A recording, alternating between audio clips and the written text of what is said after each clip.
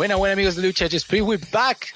After we remember, and I just remember I didn't upload the episode last week, so I'm sorry about it. So all the prediction, everything, it'll be the extra episode. Random, it's gonna come every now and then, so you can hear what we talked about it, Crown Jewel. But you're here now because the three of us are here now. So we better, we've got full house. So like always, you can find us on all social medias with Instagram, Facebook, you name it. You can find us on Instagram, go to our bio, Linktree is the easiest way to find us. And also on Spotify, always listen to us, put the little bell so you can get the notifications, and so the same in YouTube. And like always, by myself, I'm with the armless Renzo and the voice of Violence, Marce. How you guys doing? Yeah, good, man. Glad to be back. You know, it's a shame we didn't get to listen to last week's episode because you and I got every single thing right. That's my memory of it, anyway. Yeah, we got one difference, but everything is fun. Yeah, and it's good to have the other armless one back on board after his work getting him the way of wrestling again. And as always, it's a pleasure to be here with you, Roddy Roddy Thanks, man. No, back and talking about Crown Jewel, man. I'm angry. I'm angry with some of the results, but yeah, we'll go through it. He's angry. I'm angry. It's gonna be fun, but look, overall, I didn't mind Crown Jewel. I'll be honest. The Rhea Ripley's entry was awesome. Like the matches were good. We can't say that one single match was bad. Even the women's match was like short. Perfect because they need to look after Rhea Ripley. We know she's mommy. She's the one in charge of everything. She's the one making all the changes. So even though she's just there, she's just being looked after. So the match lasted what it needed to last, and it was a good match. We can't complain about it. And we'll get to Logan Paul and Rey Mysterio because there was I had a Bad Bunny moment there with him, which I know many are not gonna like it, but yeah, unfortunately I don't like it, but it's gonna be fun. So overall, what do you guys thought about the Crown Jewel? Yeah, man. Look, it wasn't a great show, but it was a good show. Like you said, the women's match, obviously, with all the restrictions that are in place when you have a women's match in Saudi Arabia, it was still a great match. Rhea Ripley, who we both predicted would win, obviously won it. Realistically, there was no other person that was going to win that match. I really enjoyed it. All the five women went above and beyond, as I said, within those restrictions. And yeah, I mean, it just cements Rhea Ripley as like an enforcer, as an annihilator, as like running that division. And I think I said last week as well, she deserves a title reign in the vein of Roman Reigns. She's unbeatable at the moment, and bring on all comers because she'll just smash them. And she defends more than Roman anyway, but that's a different story. That's a different story. Yeah, look, it was an enjoyable show. I'm kind of questioning how the matches started. The card itself, I was kind of shocked with the first match that right off the bat, Seth and Drew. I thought that was going to be a little bit more higher up the card, but because you know that Seth and Drew are going to put on a great match, right? From the get-go, man, and they did. That it was exceptional, right? And I think for me, I don't know about you guys, but that took a lot away from some of the other matches, man. I was expecting the caliber of what Drew and Seth put on for the rest. I don't know. What are your guys' thoughts on that one? Look, man, we said it many times. There's two important matches on any card when it comes to wrestling. It's the first match and the last match. And any wrestler, I'm pretty sure I heard plenty of wrestlers and plenty of commentators that will say the same. You guys know the first and last match it's a big responsibility, and what a better way they start and finish with the World Heavyweight Champions, with the men champions. It's a great way to start. I think Seth and Drew, like you said, they did a great match. It actually was the longest match of the night. Did great, even with Drew doing the Sue of Ronaldo in the middle of the ring. That was great. I laughed my head off when he did that. I didn't see Ronaldo there, but they wanted to put him there. I don't know if he was there. But yeah, like it's just like you said, it did take away from some of the matches, but I don't think it did that much. It did a really big pump. And let's be honest, the people in Saudi Arabia, you don't need to give them much for them to go nuts. They go hard the whole time. They don't stop. Like they love every single match. That's the one event of the year that goes there from WWE. So they just let it all out straight away. It's not like United States where they go in different states and all the stuff, which I think WWE is realizing that. That's why now we're going to have one pay-per-view in France. We got one pay-per-view is going to be in Australia. We got one pay-per-view is going to be in England. We're going to one pay-per-view is going to be. So they're spraying all of them around because they're going to get the big pump every single time, and they're going to sold out every single time. Like this, no hands down, they're going to sold out every single time, which is going to take away from AEW. 100% going outside to different countries, and not just that, they might lose TNT as well, AEW as well, to WWE, which is another story. But I don't know, man. Like I said, I liked it. I loved the way it started, the way it ended. I think we haven't seen Roman Reigns push this match or such a good match. Taking away, of course, Cody Rhodes. I'm gonna say Cody Rhodes was great, but LA was Knight. it though? Was it a good match? Which one? With LA Knight? Roman Reigns, with LA Knight, was it, or was it just like a match that involved two good wrestlers, and a match that was safe, so Roman doesn't get injured? Ooh. The thing is that we knew the result. That's the thing. That's the problem. Everybody knew the result, and it happens. It happens every time I say I crunch you. But we'll get to that. Let's go through the card. We'll talk about. Let's start with the first match of the night. With the first match, like you said, like it's common. It's a common saying in wrestling. If you can't be on last, be on first. Exactly. So, like it was a great way to open it, and it was great because of what happened after the match. Yes. With Sami Zayn stopping Damian Priest from cashing in, I thought that was great. We predicted it. We predicted it. The match itself. The match itself. Obviously, both great workers, so you'd expect the top match, and that's what you got. So I was happy with the opening. But the situation with the cashing was interesting. But then again, Damian Priest couldn't have cashed in and won the title and then fought Cody Rhodes on the same night. It just didn't make sense. So. We said that was going to be really important. What part of the match was going to be Seth Rollins with Drew McIntyre. If it was the first match of the night, it was going to be really almost impossible that he will cash in. And also, you knew it was going to be a failed cash in when he got in and it took forever to cash in. Yeah. So you knew something's going to happen. It was such a giveaway. Yeah. So they kind of sold out really bad in that one, but it just makes sense. I don't know if you noticed as well when Dom was running down the aisle, like running down the ramp, he kept looking to his right, and that's where Jey Uso ran out of. So Dom was like, "Oh, where are you? Where are you?" Yeah, come on, you're taking forever.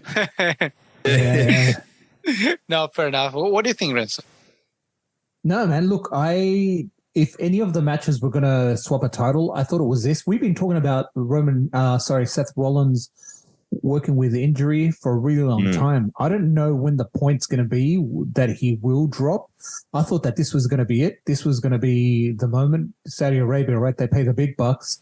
They love a title, right? It didn't happen. I was surprised it didn't happen. The match was fantastic, but now it leaves you with this guy is wrestling injured, right? He's got some serious back injury. Serious, Yeah. And when's the time going to be that he takes a rest, right? Because that's the other thing is this surgery that he needs to have is going to take him out for a really long time. So when's that point coming? Well, they're giving a good run like they did with Kenny Omega. We know Kenny Omega was probably with the same amount, if not more injuries than Seth Rollins, and he was champion, multiple champion. He had many titles at one point with when he had with Don Callis, and he was running for more than a year before he got taken out. We took all the titles of him, so we know they can wrestle for a long time, and I think that's what they want to do. I think Marcia said it at the beginning when they brought this title and Seth Rollins won it. You need to give validation to the title, And that's what Seth Rollins is doing. He's a fighting champion. He's defending the title more times than Roman Reigns. He's fighting everyone and anyone at any time. And you see that pay-per-view, at a weekly show. He's always fighting. So that's why it's great. And we said we had two predictions here. So Master said he said Drew wins it for a short amount of time, and then Damian Priest comes and wins it. I said retains, but we could see Damian Priest trying to cash in. Either we'll do it or it'll be a failed cash in, which ended up being a failed one. He didn't cash in at all. He didn't cash in. He didn't even to get to cash in the title, which he went great. But I think we got Seth Rollins for a while. We got War Games now. Goddamn. If you didn't watch Raw, I think we can talk about Raw. We can? Yeah, we can. We can. Oh, mate. Far out. They're going to see each other in War Games. Man, what a better setup.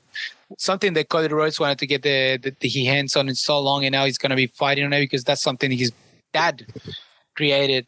So we're going to have a great match there between what's going to be Seth Rollins, Cody Rhodes, Jey Uso, and Sami Zayn versus the Judgment Day.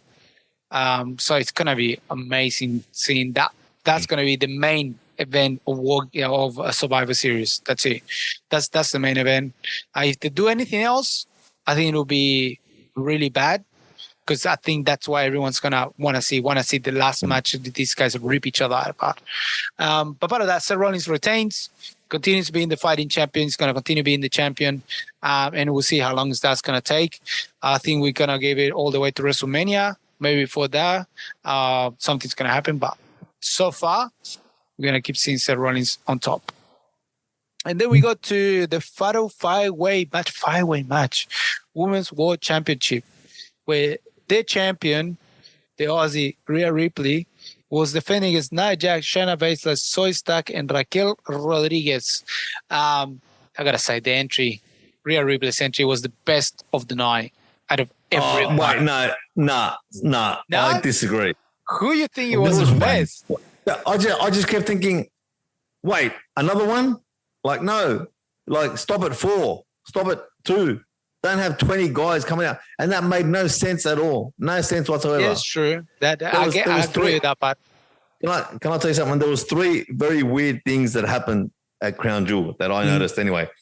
Because when you've been watching wrestling for so long, you start to pick up on little things that, that might not be wrestling on it. First of all, no one explained why Byron Saxton was ring announcing. No one explained that. Yeah, true. He did a great job. Yeah, you're right.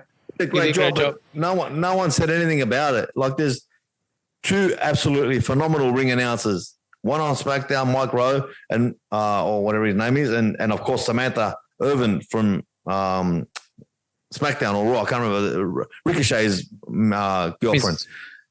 Like, Mrs. Where were they? That's one weird thing. The second weird thing is, what were all those guys doing coming out before Rhea Ripley? That made no sense whatsoever. Yeah, that's true. And the third thing, which is probably the weirdest thing, and probably you guys didn't pick up on it, it was absolutely weird seeing those front 2 rows where the camera's pointing. They're the most expensive tickets that you're going to get for a PLE or for any WWE event. Put it this way, for WrestleMania, those front 2 rows, you're looking at $10,000. Yep. All right. And that front row was full of little kids. You never see that. You never ever see that. Obviously, the kids are the rich Saudis, whatever. 100%. But you never see that. And then during the female match, they all disappeared and they came back after the female match. You're right. Fair enough. Yeah, good point. I was saying for the pirate. I was saying for the pirate, the lights and all the smoke and stuff. That's why that was great. That's what I liked about Rhea Ripley's, but I didn't get the guys. But the 50 guys that came in, like, I didn't care. I didn't understand. Anyway, that's just weird shit that I think about when I'm watching wrestling. Yeah, no, I agree with you. None of that shit makes sense. Like, the guys, I thought it was going to be something else. It might be a reason behind it, but they never explained it. But yeah, look, apart of that, what do you guys thought about the match?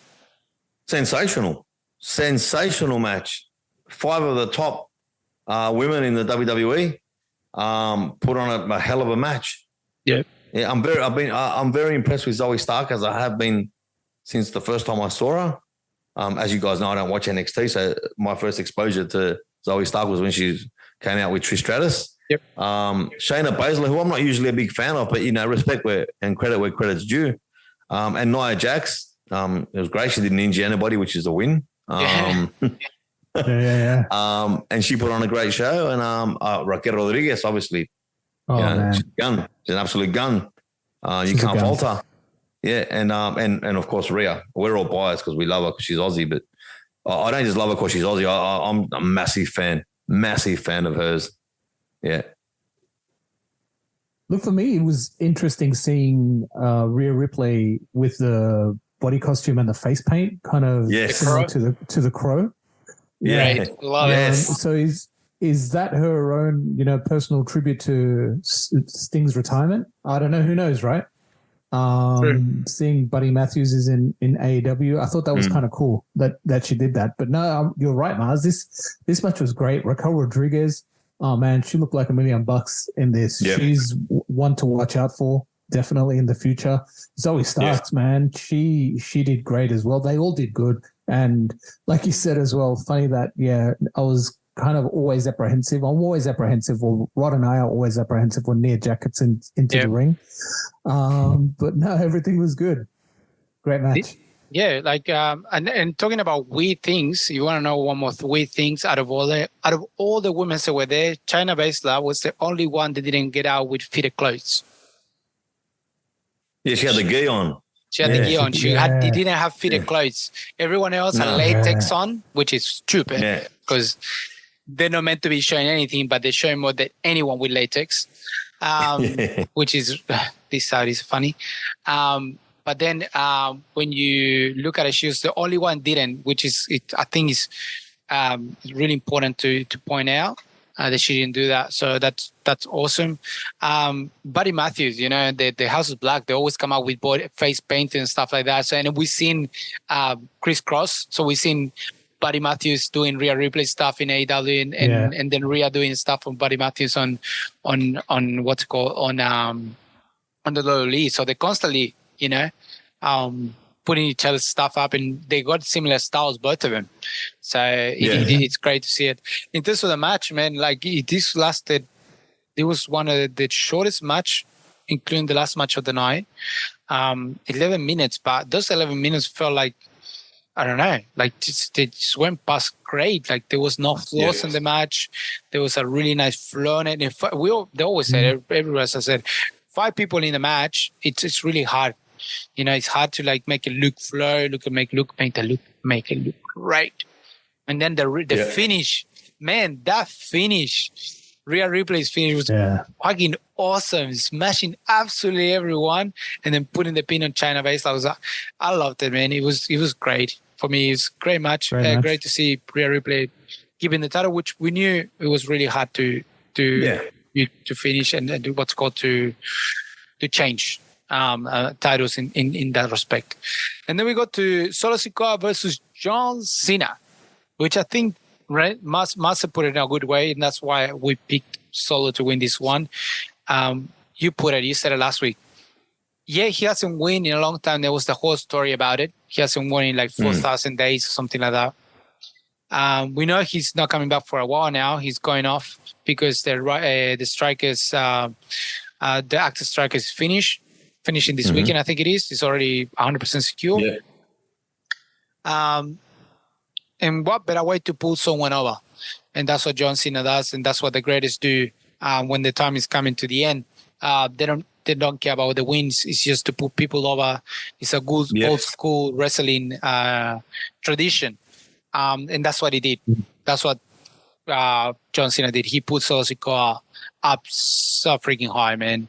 He made it look like an absolutely destroyer. Yeah. Like whatever Solo lost during the time that he was part of the Bloodline and losing the tag team titles or getting hit in the face or whatever is happening to him, John Cena make all that disappear with this match. And he made him look like he's absolutely this monster and he's the enforcer of the Bloodline. Yeah, 100%. As we said last week, John Cena's paying it forward. I've heard him explain that he had a podcast with Chris Van Vliet, who I'm a massive fan on. Great podcaster, loves his wrestling too. Met him too in LA. He's a really nice guy. And John Cena explained that he doesn't pass the torch, but what he does do is he pays it forward to the next guy. And that's exactly what he did. Like, that's exactly what he did with LA Knight. And that's exactly what he did with Solo Sikoa at Crown Jewel. And that's a massive push, because if you watch Raw, they replayed the highlights of that fight like 3 or 4 times on Raw. And they're going to keep replaying it because it's massive, massive for Solo. So, yeah, good on John Cena. Like I said, I've become a John Cena fan later in life, because I just think the guy does really good things for the business and for the young guys coming up and the not so young guys coming up. Yeah. Look, I was impressed with the crowd reaction to Cena. I don't think I've seen a reaction, or I didn't see a reaction that loud for a really long time in Saudi Arabia for someone. They just went ballistic, man. Like ballistic. So the big John Cena marks in Saudi Arabia. But no, you guys are absolutely right, man. Solo Sikoa looked amazing. Looked so good in this match, and John Cena putting him over, man. Wow, this is going to be huge for Solo Sikoa's career moving forward. Yeah, 100%. 100% big help. Solo Sikoa takes a win. And it's just great for him, great for what's going to happen with the bloodline. And the next match, I think we need to take a bit of time, because I know Renz is angry at the next match. Right now. You can go first. You can go first, because then I was playing my part. But we're talking about Logan Paul and Rey Mysterio. The longest match of the second longest match of the night. Off you go, Renzo. Off you go, man. What the hell, man? What the hell? Look, we knew we've talked about this. We've talked about this for a couple of weeks now, that we knew that there was going to be a title change in Crown Jewel, because the Saudis pay the big bucks. I had no idea that this was going to be it. I was probably thinking maybe it was the Io Sky match, not this one, right? But oh man, and the crowd. For me, it seemed like the crowd didn't know who the hell Logan Paul was. I don't know if you guys got that impression. It's just, I don't know. There was just nothing for him. For Ray, yeah, absolutely. But for Logan Paul, and I don't know. It's just this whole thing that Mars has been talking about as well, that we've been talking about. How long is this guy going to hold the belt for? Now the belt's a joke. An absolute joke. I don't know. What do you guys think? I think the opposite, but I want to put Masa to explain it, because the episode I didn't put up, sorry guys. I think Masa explained it the best way possible, or why there was this could be the one title was going to change, and Masa let you go ahead of it. Yeah. Well, Rowdy and I both predicted this. Renzo, sorry to burst your bubble. Man. And the reason is, when you break it down, as Ice-T would say, when you break it down to the low, dirty truth, this was always going to happen, because this, as I say every week, if it makes money, it makes sense. And Logan Paul is a money printing machine at the moment. And he's now got that title. It's the title that probably means the least in terms of history. It's not. I'm talking about single titles, not tag team titles. Right. Yeah. Titles it means the least. That's not the Intercontinental title, which is the wrestler's title. That's not the World Heavyweight Championship, and it's not the Universal Championship. But it still is a WWE title, and it's got a nice gold WWE belt with a massive WWE logo on the front of it. And Logan Paul is going to be carrying that belt everywhere he goes. Logan Paul's going to have it on every episode of his podcast. Logan Paul's going to have it every time he shows off that Prime Energy drink that he has in his back pocket all the time. Logan Paul's going to show off that title, because that's what Logan Paul does. It's marketing genius. How long he's going to hold the title for, I don't know. I hope not long, but I don't see him dropping it till maybe WrestleMania. Rod and I both thought that he might drop it to Santos Escobar, but I listened to the Sam Roberts podcast earlier today, and he was fantasy booking, and I kind of agree with what he says now. I think, and again, I'm stealing from Sam, so thanks, Sam. I think it'll be Logan Paul versus LA Knight at WrestleMania for the US title. And I think LA Knight will take the title off him then. But he's got to have a bit of a long run, and WrestleMania is in April. He's got to get the belt out there. He's got to do the marketing. He's got to do the propaganda. It really is money for jam, like giving him the belt. And WWE, if nothing, WWE does a lot of things right, but the thing they do the most right is marketing, and that's just marketing genius giving it to Logan Paul. 100%. And can I just say credit where credit's due? We may not like the guy, but man, he can wrestle. He can get on the mic. And look, there was a part where, depending on who you ask, he either saved Rey Mysterio from hitting his head on the mat by catching him, or he fucked up and didn't get there soon enough and still managed to catch him. But either way, he saved an injury. What could have been a really ugly, serious injury. So good on him, man. And good on WWE for giving him that. I'm sorry, Renzo. I know that probably makes you more angry, but and I think good. Rod, your turn. Oh man, like I said, look, this was a Bad Bunny moment for me.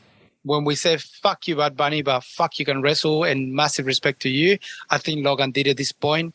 The one I want to talk about, it was that what you said, like that moment, he saved Rey Mysterio from a really bad injury, and it wasn't a mistake. You can see him looking at Rey Mysterio. You can see him reacting. He reacted.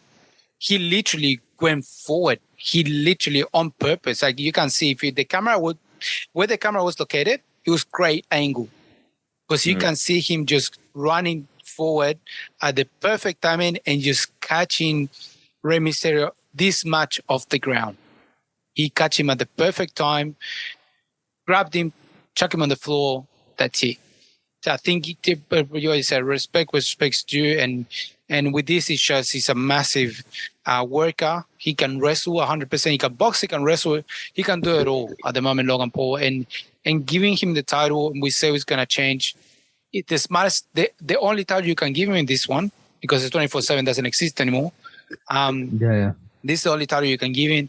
And on top of that, he's going to bring so much attention to the US title that if he comes to LA Knight and him, it'll bring up the title with such a hype that when fucking LA Knight takes it, he's going to keep going with that wave so high.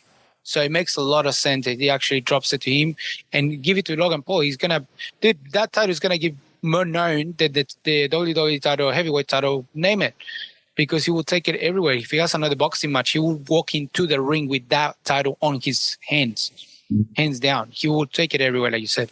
And the one point we're going to make here, because this is going to bring a lot of problems, Santos Escobar, he left. Yes. He left that manopla in there. He left brass knuckles. The rough knuckles. He left it there for him. Like he pretended that he know, but he left it for him there. And we said this. After he lost his chance for the US title, there was the grudge in there. And I don't know if he left it for him. He kind of just left it there. But look, that might be an interpretation that might come into the storyline. Yeah, 100%. And every time I see brass knuckles, I just think of, JR, like Jim Ross. It's those damn brass knucks. But anyway. But that was left there on purpose. But he left them there. He did. Look, not from what I saw. Like he left. It was a stupid thing to leave them there because he came there to take them away from the guys. So it was stupid to leave them there.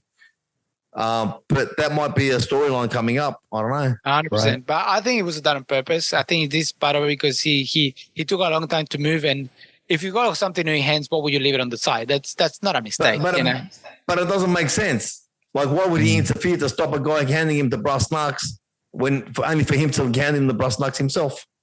Oh, that's like it's then. We said before he got a little bit of a grudge, and Grayson Waller did a little bit put that little bit of a grudge between him and Rey Mysterio, saying, "Hey, Rey took your moment, what's happening there." So I think that comes in play.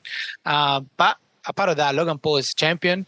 I don't mind Logan Paul being the champion of this title. I think he's, like we said, he's gonna bring it up high, and if the prediction is right and LA Knight takes it off him at WrestleMania, man, one great moment for LA Knight, and that title is gonna keep running high as he's coming with Logan Paul. So, and we know how many people is gonna come to see Logan Paul wrestle at WrestleMania. So it's a great match to go in the middle, kind of the whole thing, because that was a big match of the night. And then we got to Io Sky versus Bianca Belair when we saw the return of who was it to come back? Kairi Sane. There you go. Kairi Sane. She's back as well, and kind of weird, because I don't know if she's siding with Damage Control or she's just, he's just 100% just with Io. This really interesting part. Yeah, absolutely. And she was around when I dropped off, so I didn't know who she was. But as always, the genius that is Michael Cole on like commentating, he told everyone the story anyway. That's it. He said last time she was here, Bayley thought she ended her career, and then when you saw Bayley's face, it's like, well, hang on a minute, and exactly what you said. Is she with Io? Is Io now going to break from Damage Control? Like, what's going to happen? This is going to cause friction, clearly. But had it not been for her, Io Sky is not the champion anymore. 100%. Yeah, part of the match. What do you thought about the match? I thought this match was interesting, right? It's I think this is the second time now Io Sky and Bianca Belair fight, right? No, or was it the third? Anyway, I think this is done. This is probably it. We won't see Io Sky with Bianca Belair for a while. I was actually hoping Jade Cargill would make an appearance in this match, but too early for a title shot like that. But they're announcing it. They're announcing it. They're putting it everywhere. They're saying, "Where's Jade Cargill? Jade Cargill." So I think Jade Cargill. But you got to slow cook it. You got to slow cook it. But that's why they're doing it. I think they're losing momentum. I don't know. Everyone knows she's there. It's like, but she doesn't deserve a title shot yet. Like, come on. No. Yeah. No, she needs to come in the story, but not title match. Get to some. Yeah. But no, I thought it was a great match. Kairi Sane coming back. It's going to be interesting what happens there. But no, Io Sky, man, she's great. Yeah, love her. She's fantastic. Yeah, man. Massive fan. Yeah, great match. Massive fan. It wasn't a long match. It was a long match actually, 16 minutes 35. It lasted quite a while, but it was a great match. Great for both Bianca Belair and Io Sky. It was great for both of them. Bianca Belair needed to be back in the cards, and this was a great way to come back. And Io Sky is a great way to defend the title. So it's a great thing that we're still waiting for the kind of the battle with Asuka, but probably now we're gonna see all Japanese match for the title.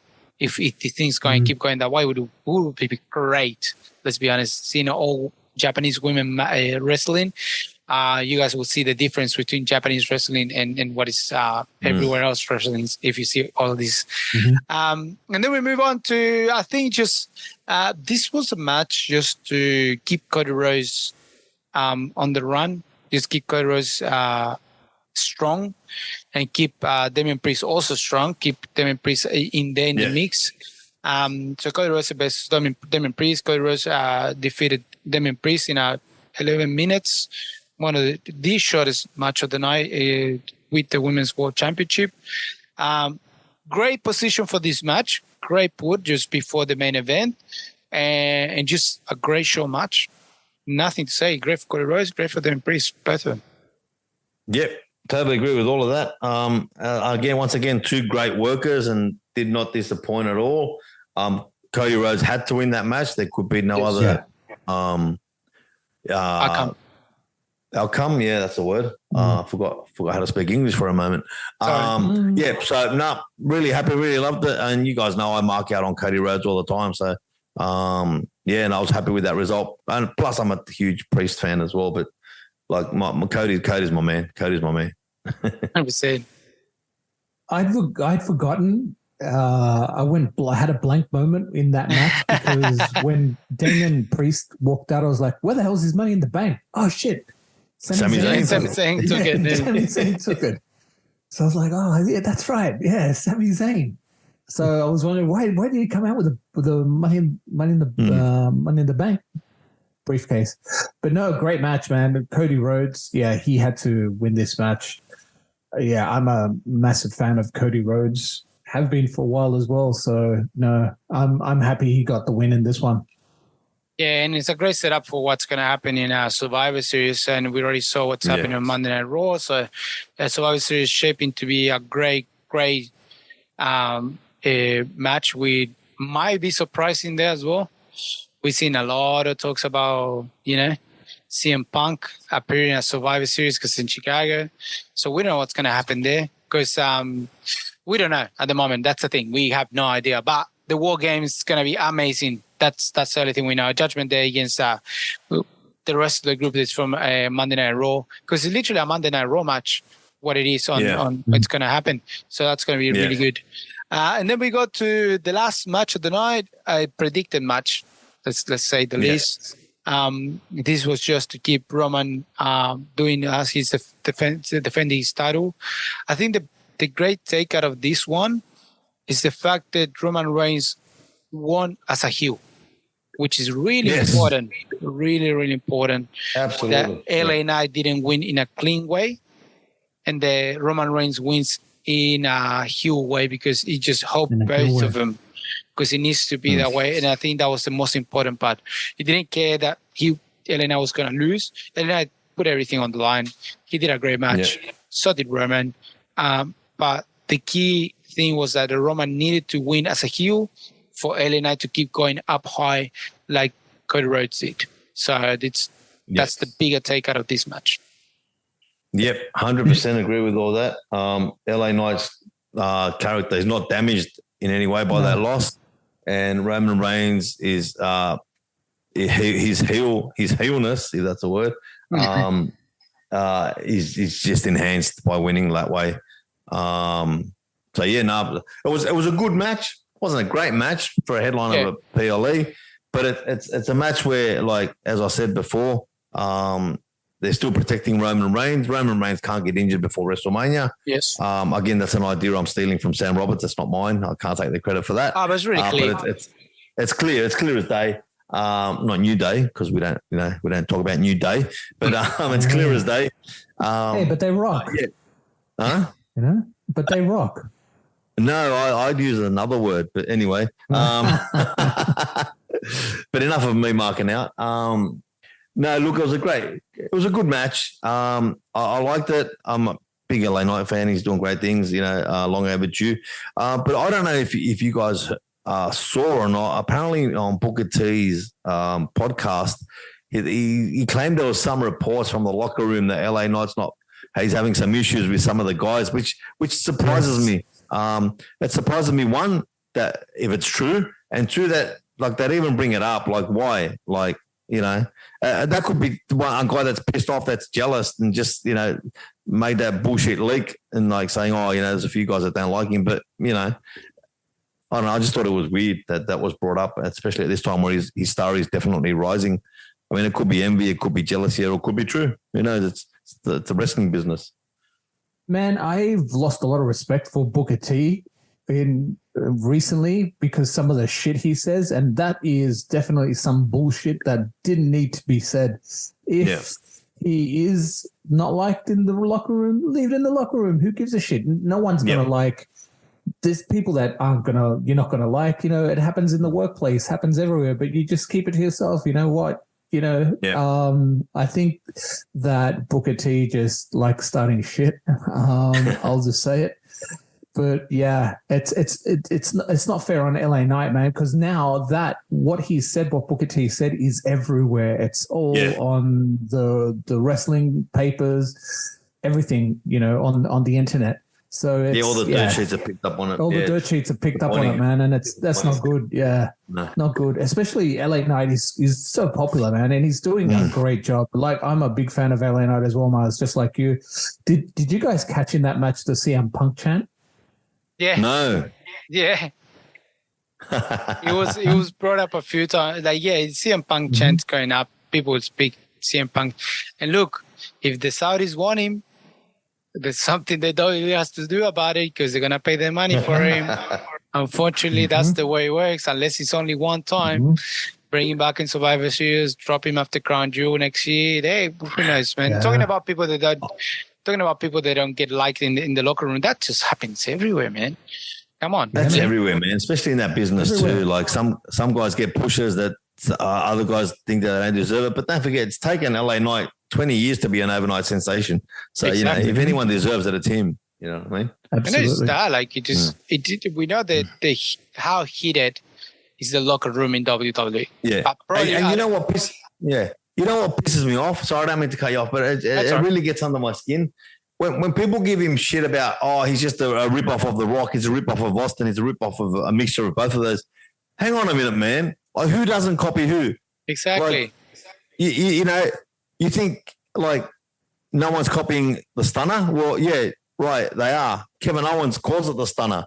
You think no one's copying the Rock Bottom? You think no one's copying the People's Elbow? You think they were the first one? You think The Rock was the first one to do the People's Elbow? No. You think Stone Cold was the first one to do the Stunner? No. So this is wrestlers borrow from other wrestlers all the time. So it really pisses me off. And you know what? If you're going to steal from somebody, you might as well steal from two of the best, two of the ones that are on probably 90% of people's Mount Rushmore. So if you're going to copy from the best, man. Like, Yeah, exactly. It's funny because Well said. that exactly same things that you're saying now, you were giving shit AEW before for it. So now you're going like the opposite 360, the 180 to it. I'm just laughing my head off right now. But look, that's a valid point. That's a valid point. but fair enough. But we said it before. We all agree on the same thing. Like we always gonna copy. It's just the way it is. You know, when you're a fan of someone, you copy that person. Like for example, we was talking about the suit that Ronaldo does. Man, we've seen it done by every single athlete. He's done that celebration. He's in Formula One. Yeah. We've seen it done in fucking athletics. We've seen it done in basketball. We've seen it done in fucking volleyball. We've seen it done in everywhere. Everyone does the celebration. We've seen wrestling celebrations done during NFL matches. You know, like Exactly. People, it's just when you're a fan of something, of course you want to copy it. You know, so you can't really complain about it. And a part of that, the Roman did take a good hit of that. To be honest, a rip-off of my cousin when he said it to cosplay of my cousin. That was cosplay gold. of my cousin. I think awesome. that was such a good line. Yeah. But no, LA Knight, man, he's done. If you guys follow him if you see him on the independent circuit, man, he's done a crazy job going all the way Did around. you guys see that photo of him in Tough Enough, like in 2004? Oh my God, it looks so That's weird. Crazy, man. Yeah. It looks so different. I think his version now is the greatest version he has had. Yeah, definitely. And yeah, his run is not going to be a crazy run. It's not going to go for a long, long time like Roman Reigns. It'll be sweet and short, but it will come at the right time, and it will be the highlight. And probably after that, he will get to a point of retirement. Remember, he's 40. He's 40 past 40 at the moment. I think. Yeah, but his physical conditioning is second to none. 100%. But that's what I'm saying. Once he gets that title run, he will run for that title for not the longest time, but it'll be a good time for him to say he was a champion. He is a champion, and put his name on WWE's history, you know. But and he can wrestle, man. Come on, if he can wrestle, we just talk about Sting. Absolutely. If you talk about Sting, dude, he's 60 something, almost getting to 70, still wrestle. We've seen Rick Flair. We've seen Rick Flair. He's got plenty of time. He has plenty of time, man. And especially, I think if you get to this point in this age, there's so much you can do with medicine. You know, stem cells. Oh yeah, so yes, 100%. Biohacking. So much you can do to keep yourself so freaking young. Look, watch Joe Rogan. Joe Rogan's almost fucking 60. He doesn't even look at it. Yeah, man. You know, it's just so much you can do about it. So many bodybuilders, so many. Name it. You can see it right now. Like 40s is the new 20s. Fucking, you know, the guys are like. I'm happy with that. I love that. Man, it's so like you look at some of the guys are like you look at 40, like what? Like you're 50. What? Fuck off. You're like you barely get to your 30s. I know, man. I'm 50. Like fuck off. Like it's just if you go because you have to put like I don't know glass or you know there's something telling you to be all they did not even work. It's amazing. So yeah, I don't know. I think deserved good match. He lost the way he needed to lose, Roman won the way he needed to win, and this leaves the door open to so many things later on. Once Roman loses the title, which we said it was going to be probably in the year or two, but we never know. We never know because even after he loses the title, this story continues. So that's the thing. Yeah, 100%. He needs to lose the title at some point. What point would that be? We've seen the cracks. We've seen what happened. So it's like Cody said at one point, we're no longer in the third inning. We're probably further in, probably in the sixth. At the moment, we're getting to halfway there. So we'll see what happens. But overall, great Crown Jewel. Not the greatest match. We know it's not the greatest pay-per-view. We know most of the matches are predictable, but it's a good way to put over a lot of wrestlers like it happened in this month. I think that's what Crown Jewel does the best. Yeah. Yeah. 100%. 100%. Agree with all that. Sweet ass. That's it with Crown Jewel, man. I think that's what we're getting to what Crown Jewel is. I don't know if we guys want to talk about a little bit of what's happening in AEW. I think we haven't talked about AEW already, but AEW is going through a really babyface MJF at the moment. Oh man, like super babyface. Today's episode of Dynamite, everyone that is actually friends with MJF is getting attacked. So last week he was in a 4-way tag team or group with the Acclaim. Finally did it. This week. Finally did it. This week the Acclaim got attacked by the Devil. We don't know who the Devil is. Yeah. We can talk about that. Okay, let's talk about that. Okay, Marcel is going to talk about... Hang on. Whoa, stop. Marcel wants to talk about AEW. What's going on here? I like AEW. I don't know. It's going to rain. What's going on? every time I criticize AEW, I preempt it by saying I like AEW. I watch AEW. I'm joking, mate. I'm joking. Who do you guys think the Devil is? I think Renzo said Dolph Ziggler. I think you put last time it could be Perry. It could be Perry, the Devil. I think it doesn't get more further than that. Because who else is missing in the... Unless, look, and this is just a really stretch of the thing, which is almost impossible after everything, which will be CM Punk. But this is a bigger stretch. Yeah, that's massive, but yeah. But that would be the ideal thing. That would be the ideal thing. Ideal. Yeah, but listen to, like, what about this, right? First of all, I heard today on another podcast, what if it's Britt Baker? And what if that's how Adam Cole turns on MJF? Wow. What if that's how Adam Cole... But, talk about, wild fantasy booking. What about this? What about if the injury to Adam Cole has been a work this whole time? Because look how he did it. It was so stupid how he did it. And that's him in the devil mask. Well, that makes a lot of sense too. And it'll be a heel Adam Cole against a babyface MJF. I like that because Adam Cole as a heel is a good heel, man. He's a really... Oh, wow. I like that. I like the fantasy booking. I don't know if you guys saw this week, WWE, or earlier in the week, they released a video clip with Doja Cat, the women, and Britt Baker does the devil sign in the video clip.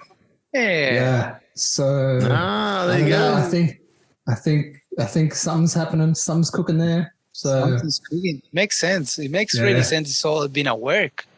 So just there's another theory. There's another theory. Mars will probably like this one. Here we go. It's a Tyler Duran thing. No, do you know that? Do you know Tyler Duran? No. What's that movie? Fight Club. It's MJF. Oh, yep. Ah. So it's MJF. Wow, that's crazy, man. Yeah. That'll be that's another theory that's out there. I don't know. MJF against MJF. That'll be that's fucked up.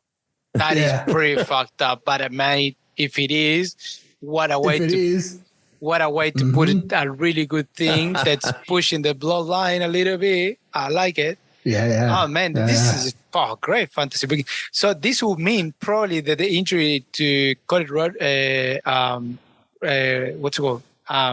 Rodman? Fuck, for her name. The one that used to be friends. Adam Cole. No, Adam Cole. Roderick Strong. Roderick Strong is a work as well. What about yeah, but how about if they make it look like they're fighting to turn into MJF and it will be the heel turn for both of them and it will get that undisputed era getting together as a heel again.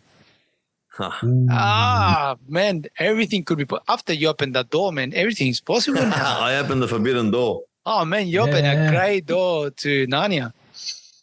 Jesus Christ! Yeah, I like that. I like so that. Could be. I like this storyline, man. It's great. It's you don't know who the hell it is. If you guys get a chance to watch Dynamite this week, just watch. Oh man, it's intense. Oh, what about the being the lead video they released this week? Do you guys watch it? No. What happened? So they released just one video. They lasted 2 minutes. This is the shortest one they've released. And the video is of Cody Rhodes telling a scary story about wrestlers. They have to wrestle 265 days a week. So 365 days of the year. And everyone's like, oh my God, I'm scared. and it's Cody Rhodes doing this whole spooky story about wrestlers, kind of giving shit to WWE. And the lead just released it this week. It was fucking, it made me laugh, man. It was really funny. I'm going to see it. They just released about Cody Rhodes. It was fucking hilarious. But no, man, like I like that story. I think that story with Cody Rhodes and with Adam Cole and Jeff is a great story. I think they're cooking it as well. They're cooking for a while now. What's happening with them? They keep cooking it, keep boiling that because it's gonna come up to something at some point. And there's a lot of talks of Will Ospreay going to WWE and MJF going to WWE. Like the talks have been massive lately. Yeah.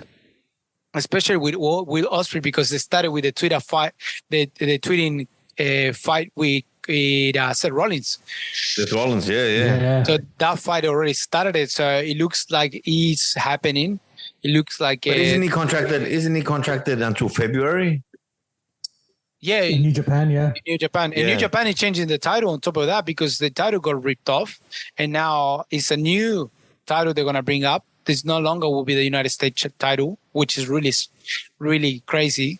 So the United States titles will no longer be used in New Japan, and the UK title will no longer be used. So that means Will Ospreay was the last champion. So now we'll see Will Ospreay against Jon Moxley versus I forgot the name of the last guy.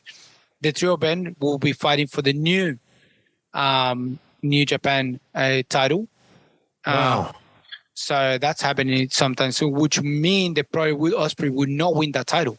If that's the case, if that's the case, that means we will see Will Ospreay leaving soon and joining WWE, which will be massive.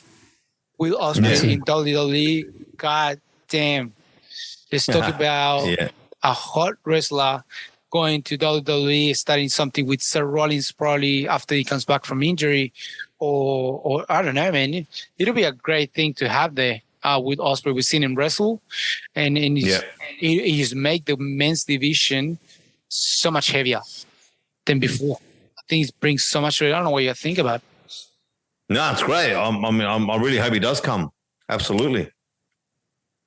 No, it'll be good, man. He's wrestled pretty much all the big names in AEW, man. There's not a lot for Will Ospreay to do in AEW except win the AEW championship, right? But no, seeing Will Ospreay, man, that guy's got such amazing talent. I know he'll be toned down a lot because some of the shit that he does is absolutely crazy, but you know he can easily modify his style, man. Yeah, 100%. And not just that, we know the Japanese style gets toned down, or they have to tone it down to be able to WWE or USA wrestlers to be able to wrestle with each other, because otherwise there's no way to get together. I think Akari said to us when we had the interview we had like about 2 years ago. Oh, I haven't talked to her. We haven't talked to her in like 3 years. We gotta catch up. What's happening with Akari? But Akari said it the best. Is like any Japanese wrestler that goes to the United States, they will have to tone it down. They have to, because otherwise there's no way they can keep up with the physicality of the Japanese style. That's why they wrestle a lot with the Mexicans, because Mexican style can actually match the Japanese style. So out of the US style, great marketing, but in physicality, outside United States, it's way better. And we've seen a lot of old school wrestlers. That's what they used to go. They used to go to wrestle Mexico, Japan, Puerto Rico, when Puerto Rico was up great, like a crazy place to go to wrestle. Man. So we know that outside United States, things are crazier. And that's it, guys. I don't know. You guys got anything else? Anything you want to talk about? No? Renzo, you got anything for us? You got any recommendations or what? What's going on? Oh my God. Speaking about Japanese wrestling, get ready for this one. This one will blow your socks off.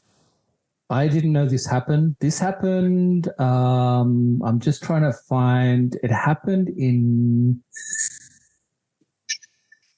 sorry about the build-up. It happened in... Drum roll. Happened in 2019. Something around 2019. Yeah. And this match, all right, when you guys watch it, it is brutal. It's warning you now. Love it. It is Asuka, right, in Japan. So Asuka used to run her own wrestling promotion in Japan, and she had a match against Minoru Suzuki. Now, if you look for this match, Asuka on YouTube, Asuka versus Minoru Suzuki, just jump to the 2nd minute mark of this match because it's highlights, and Minoru Suzuki just belts, just absolutely belts Asuka. Now, the interesting thing about this is Asuka actually begged Minoru Suzuki for this match and begged Minoru Suzuki to beat the living crap out of her. I love it. And he didn't want to do it. He was completely against it. But Asuka did this because she wanted to get a lot of credibility in Japan. You know, fighting against Minoru Suzuki. Wow, how much more credibility can you get? But watch this match. It is brutality to the max. Watch this match, Asuka versus Minoru Suzuki, a match that I never thought would happened in the wrestling multiverse. Holy shit. You're watching it? Yeah. It is brutality. And remember, Asuka begged Minoru Suzuki to do this to her. Yeah. Like you'd never get that in the US. You'd never get that. No. Never. Man. It just throws her around like a ragdoll, man. And he protected her, but I'm sure. No, but he went out, and cool shit. How she's not unconscious? And remember, Asuka was the one that begged him to do that to her. Why is she not bleeding? Yeah. Oh, you guys gotta watch it. God damn. Yeah. It's brutal. When you were talking about brutality, I thought you were talking about two women. I didn't know you were talking about a guy versus Asuka. Notice Suzuki, man, said the great, fucking crazy, one of the greatest. I'm not up on the Japanese stuff. I have to do my homework. Christ. Yeah, Minoru Suzuki is brutality to the max. Right? Crazy. Yeah. Wow, that was hard to watch. It's hard to watch. It's not hard to watch. We love it. We enjoy it. So it'd be like something like if New Jack was fighting Liv Morgan. Is that what you're telling me? Yeah, pretty much. Yeah. Yes. That's spot on. Yeah. Wow. That's spot on. He just looked like I would love to watch the whole match because he didn't go for 4 minutes. That's that video that I found and I put in the Wrestling Verse. It's already there. It's in 4 minutes. But the whole match, I think is something needs to be watched because, goddamn, talking about brutality, he just went all out, literally. I just love the cameraman just right there. He's right in front of the ring. Japanese didn't care. He's right in front of the camera. Great, man. Fuck. What a match. Let's talk about craziness. Talk about craziness, things that you would never see in the United States. We would love to, but would never happen. That's a different thing. No, never happened. That's it. So with that said, we get to the end of Lucha HSP this week. I mean, great. I promise I'll put this up, please. I promise. I won't forget. I won't forget. I'll probably do it tomorrow. Just between the change of dates and the other stuff in between. Sometimes I get mixed up in between. So that's why. But I promise I'll put this one up this week. But where everyone can hear us, Lorenzo? Yeah, people can listen to us on Stitcher, Spotify, iVoox, Pocket Cast, Radio Public, Google Podcast, Apple Podcast, iHeartRadio, TuneIn Radio, Overcast, Podbean. So wherever your favorite wrestling or wherever you listen to your podcast, we're there. Your favorite wrestling lucha show is there. That's it. Anything to say, Master, before we go? Nah, man, just smash that like button, hit that subscription button on all your platforms. Spread the word. We're here for a long haul. We're here for a long run. We're here for our Roman Reigns championship run. So, have a good week and enjoy the wrestling. And, man, see you next week. Yeah, anything to say, Renzo, before we go? No, glad to be back. And yes, so support us because we do it for the love of wrestling. And we're here, like Mars said, for the long haul. So listen to us each week. That's it. And shout out to the truckies that listen to us. Yes. Shout out to the truckies, man. We're happy to be part of while you guys are driving long drives, man. Happy to listen to us talking about shit and talking about wrestling. We do a lot of stupid stuff, but then we talk a lot of stuff that, they listen to us in the United States, the big companies. In weird Aussie accents. Weird Aussie and woggy accents, top of that fucking Spanglish here with my Spanglish Australianis that I got. It makes it even more funny for people to listen to.